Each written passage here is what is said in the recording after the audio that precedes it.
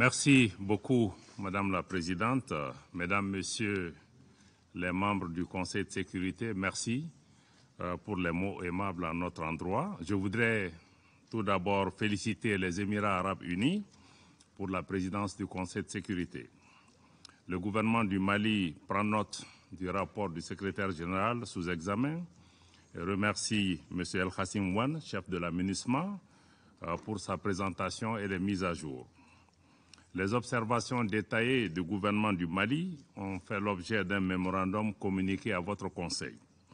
Pour ma part, je voudrais formuler quelques observations majeures suivantes. Je commence par la situation politique, notamment l'évolution du processus de transition. Il vous souviendra que l'une des priorités assignées au gouvernement de transition était de conduire des réformes politiques et institutionnelles qui puissent garantir un meilleur avenir à nos populations à travers une stabilité institutionnelle durable. Cette demande légitime de nos compatriotes est sur le point de devenir une réalité.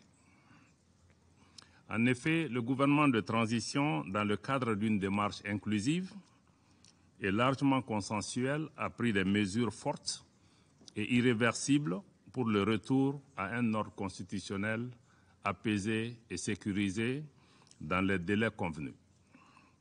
Le gouvernement de transition s'attelle à l'organisation réussie du scrutin référendaire prévu le 18 juin afin de doter le Mali d'une nouvelle constitution conformément aux aspirations du peuple malien exprimées lors des assises nationales de la refondation. Le bon déroulement du processus de vulgarisation du projet de constitution et la campagne électorale y relative augurent un scrutin référendaire apaisé et crédible.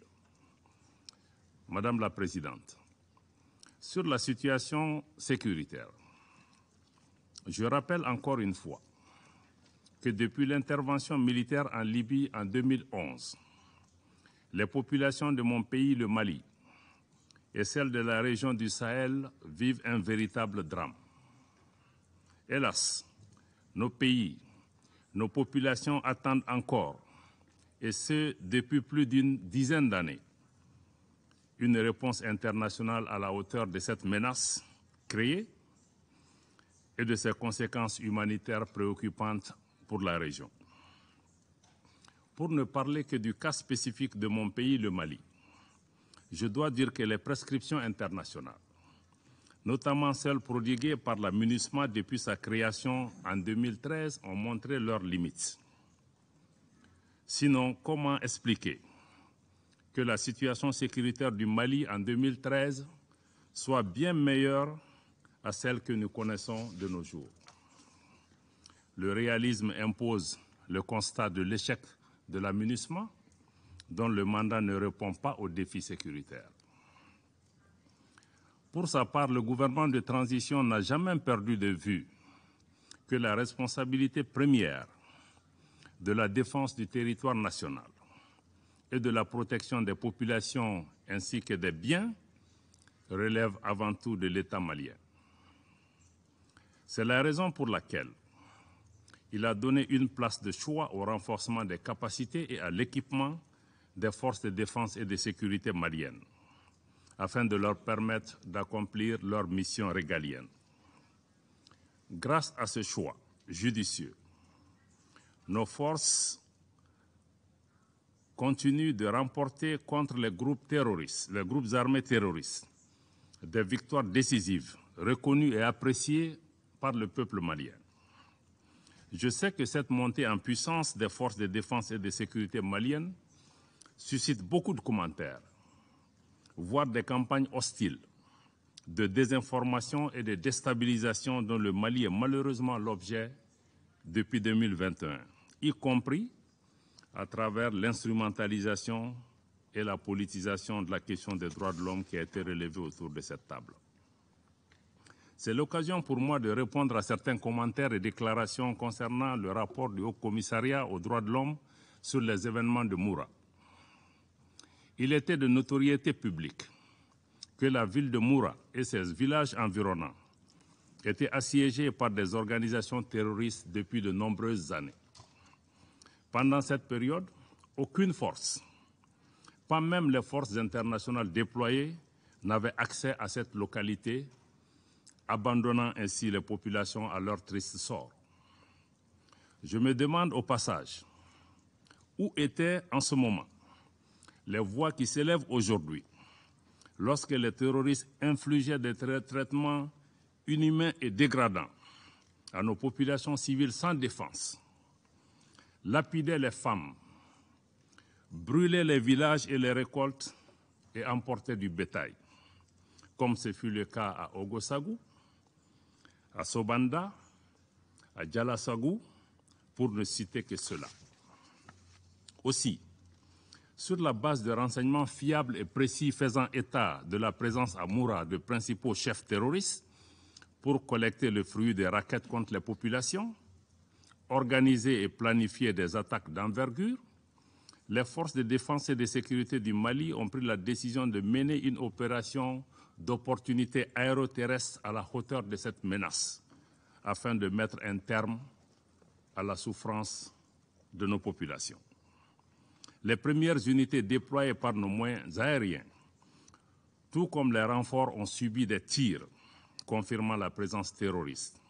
S'en sont suivis des affrontements autour et dans la ville de Moura, soldés par un bilan de 203 combattants terroristes neutralisés, une importante quantité d'armes et de munitions saisies, plus de 200 motos détruites et plusieurs présumés terroristes interpellés et mis à la disposition de la justice. Malheureusement, 8 de nos valeureux soldats sont également tombés au champ d'honneur pendant cette opération qui a permis de libérer les populations de Moura du joug des terroristes. À la suite d'allégations d'exactions, les autorités compétentes ont immédiatement ouvert des enquêtes.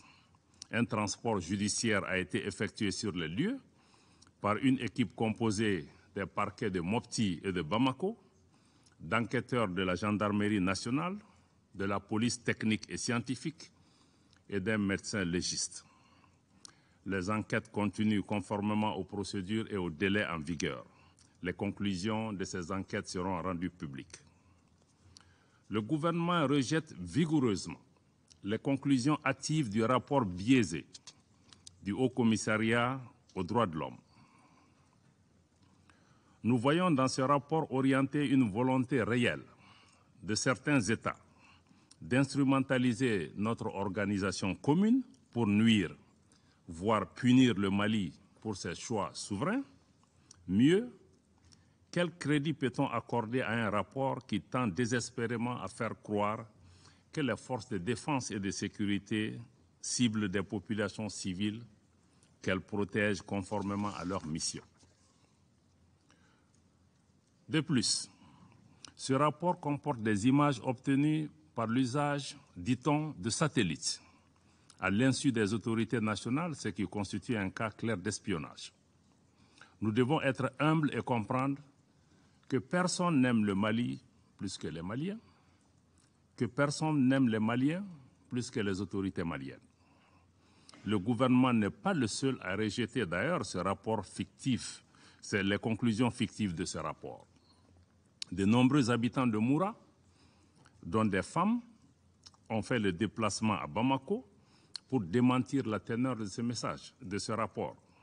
Les témoignages des habitants de Moura, documentés et largement disponibles, démentent clairement les accusations sans fondement contenues dans ce rapport et mieux, dénoncent les méthodes employées par les enquêteurs. Ces habitants ont témoigné que les forces maliennes n'ont ciblé que des terroristes. Dans la même dynamique, et dès les premières allégations formulées en avril 2022 par certains États et des organisations de défense des droits de l'homme, le président de l'association Tabital Poulakou avait catégoriquement rejeté des accusations portées à l'encontre des forces de défense et de sécurité maliennes, notamment les accusations de viol de femmes. En outre, le président de l'Association malienne de défense des droits de l'homme, la MDH, a vigoureusement dénoncé la méthodologie et les conclusions de cette enquête. Ces prises de position fortes et librement exprimées méritent d'être signalées car elles proviennent d'organisations et de personnes qui ont vécu ces événements ou en ont reçu des informations crédibles et vérifiables. Nous réitérons notre ferme opposition à toute tentative d'instrumentalisation et de politisation de la question des droits de l'homme et au traitement à géométrie variable de cette problématique. À cet égard, il est paradoxal de noter la célérité avec laquelle la mission d'établissement des faits a été mise en place, alors qu'au même moment, le Mali portait plainte devant le Conseil de sécurité des Nations Unies le 15 août sur les actes d'agression de la France contre la souveraineté et l'intégrité territoriale du Mali à des fins de déstabilisation. Madame la Présidente, concernant l'accord pour la paix et la réconciliation au Mali issu du processus d'Alger, malgré la décision unilatérale de la CMA et de la plateforme de suspendre leur participation au mécanisme de suivi de l'accord, je réaffirme ici l'engagement du gouvernement à poursuivre sa mise en œuvre efficiente et intelligente, notamment à travers les mouvements de l'inclusivité. Nous restons toujours ouverts au dialogue avec nos frères des mouvements signataires, tous nos frères, comme en témoigne la visite à Kidal le 12 mai 2023 du ministre en charge de la réconciliation.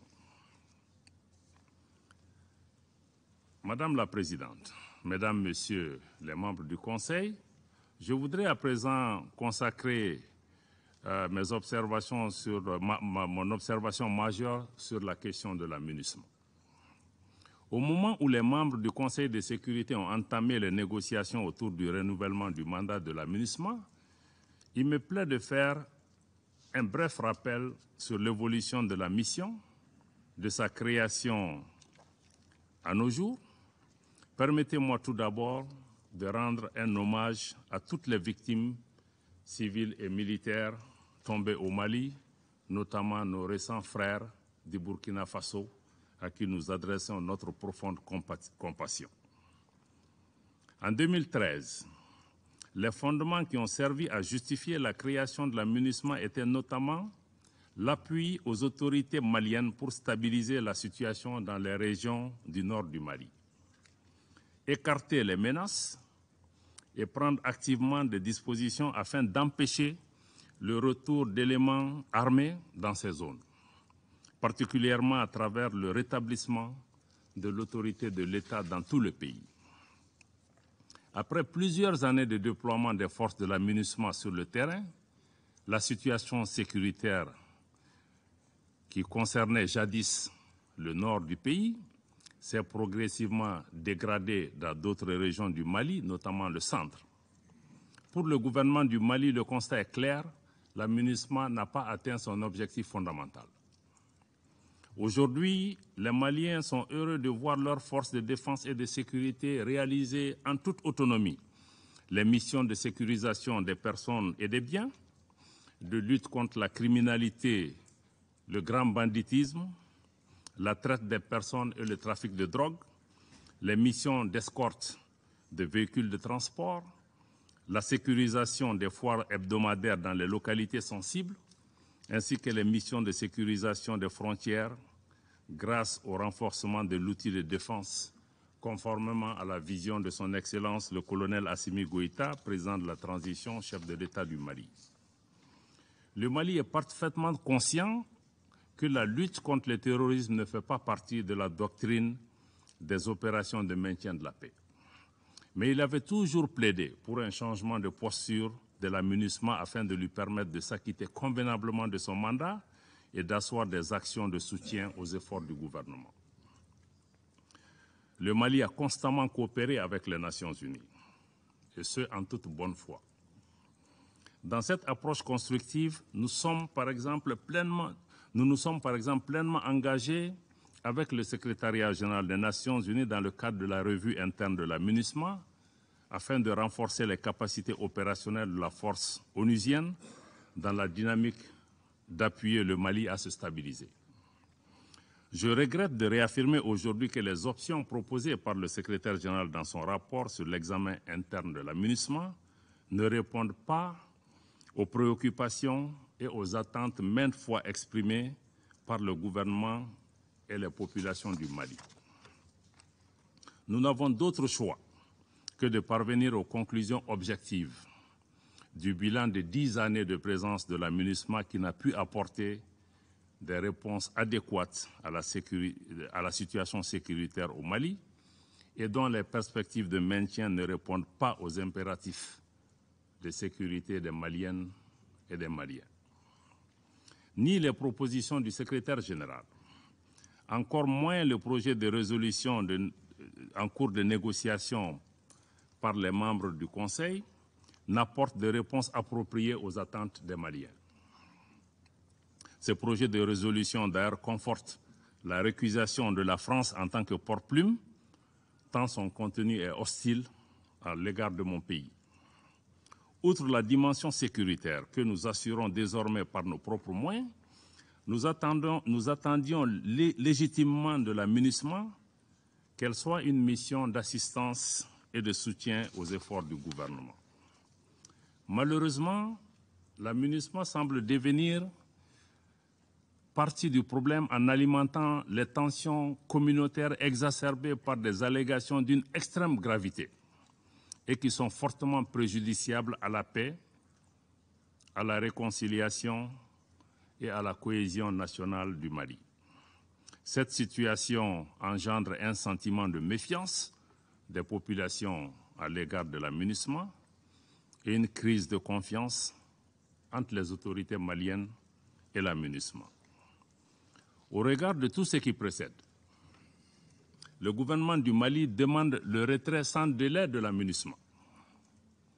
Cependant, le gouvernement est disposé à coopérer avec les Nations unies dans cette perspective. Madame la Présidente, Mesdames et Messieurs les membres du Conseil, pour terminer, je tiens à exprimer la gratitude du gouvernement et du peuple malien à l'ensemble des partenaires, tant bilatéraux que multilatéraux, qui nous accompagnent dans la stabilisation des chantiers importants de refondation du Mali. Le gouvernement du Mali reste disposé à coopérer avec les partenaires qui respectent sa souveraineté, ses choix stratégiques et les intérêts vitaux des Maliens. Fidèle à notre tradition d'hospitalité, le Djatigia, le Mali demeure naturellement ouvert à tous les pays et à tous les peuples du monde. Je vous remercie de votre aimable attention. Je remercie Son Excellence M. Diop de sa déclaration. Pas d'autres orateurs inscrits sur la liste. J'invite les membres du Conseil à mener des consultations officieuses pour poursuivre la discussion sur le sujet. La séance est levée.